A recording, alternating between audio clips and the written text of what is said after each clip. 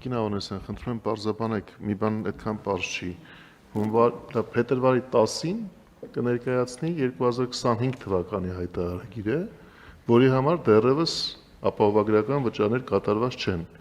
Ինչպես է հետ ստանալու ձեր ասած 6000 դրամը։ Այդ նշանակում է, որ տարվա ընթացքում պետքա վճարի, որ հետո հետ ստանա։ Մենք այստեղ պարոն վարչապետ, երբ որ անձը ընդգրկվում է ապահովագրության համակարգ, մենք հաշվարկային փաստաթուղթը նրա վճարման կարող ենք այնպես անել տեխնիկապես, որ ըստ էության ամբողջական գումարը կֆիքսվի նա ինչքան պետք է վճարի եւ 25 թվականի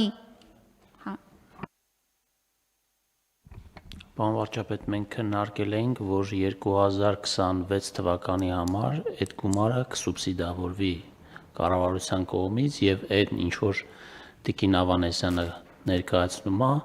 արդեն կլինի 27 թվականին։ Այո։ Դա քննարկել, բայց դա այս փաթեթի մաս չի, առանձին որոշումը, Շատ լավ։ Հիմա ոնց որ մենք ասել ենք, պայմանավորվել ենք, այս առաջին հատվածը զինծառայողների ապահովագրության հիմնադրամի փոփոխությունը փաթեթի մեջ կլինի, չէ՞։ Այս օրենսդրական փաթեթի մեջ կա։ Մնացած հատվածով մենք կսուբսիդավորենք 26 թվականը, որպեսզի 27 թվականից արդեն քաղաքացին վերցնի այդ գումարը, սկսի վճարել եւ հետ արդեն մեր ասած սխեման կգա, բան կլինի, կսկսի իրար հետ աշխատել։ Չէ, ոնց ենք կրկնակի տալու։ Եթե հիմա սուբսիդավորում ենք, հետո մեր սուբսիդավորած գումարը Չէ, ինքը այն ժամանակ արդեն 27 թվինն է վճարելու, 26 թվինը չի վճարելու։ 27 թվինն է վճարելու, այսինքն ինքը 27-ին փաստացի, երբ որ փետրվարին կլինի, ինչ այլոց, պարոն Հակոբյան, եկեք դրա մասին էլ մտածենք, թե հնարավորինս ես հասկանում եմ, որ տվյալների մշակման համար ժամանակ է պետք, բայց եթե կարող ենք օրինակ հունվարի վերջ, փետրվար արդեն համակարգը գեներացնել եւ հասանելի դարձնել, այդ ավելի լավ է, որպեսզի նախ բյուջեի ծախսի առումով, որպեսզի տենց հուսուն միանգամից չլինի, որովհետեւ երբ որ բերում ենք մի կուլմինացիա ենք ստեղծում, այսինքն ինչքան սկզբից փակում ենք, այնքան ավելի կուտակումը մեծանում է, այդ խնդիրը լուծենք։ Հիմա այս մասով պարզ է, մեզ հասկանալի է ամեն ինչ պլանավորված։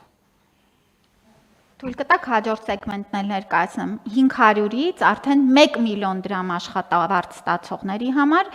զինապահին ուղղվող գումարները կազմում են 8500 դրամ, կշարունակեն վճարել 1000 դրամ, մնացած 7500 դրամը կուղղեն առողջության ծախսին։ Եվ այս սեգմենտի համար սոցկրեդիտների վճարը կշարունակի մնալ ամսական 4000 դրամ, այսինքն մենք իրենց կշարունակենք այն նույն քաղաքականությունը, ինչ որ այսօր կա։ Եվ 1 միլիոն դրամից ավել ստացողները չեն ունենա զինապահից արդեն խնայություն, որտեղ կշարունակեն 15000 դրամը վճարել եւ կունենան 4000 դրամի սոցկրեդիտներով հետ վերադարձի հնարավորությունը։ Բայց մյուսների համար է սոցկրեդիտի քաղաքականությունը ըստ էության ինչքան ենք մենք փոխում, որովհետև նախկին մեր այսօրվա որոշմամբ 100,000 դրամ էր, որից 50,000-ը կարող էր լինել առողջապահության։ Այո։ Փոխվում է, մի քիչ է փոխվում էական։ Փոխվում է միայն 200-ից 500,000 դրամ ստացողների համար եւ 4000-ը դառնում է ամսական 6000 դրամ։ Այո, դա նկատի ունեմ, կրթության կտորն էլ մեկը մնում է այդ պարագայում։ Էլ չեմ ասում քաղաքացին ինքը ընտրություն ունի, որ կտորի համար օգտագործել կրթության, թե այլ։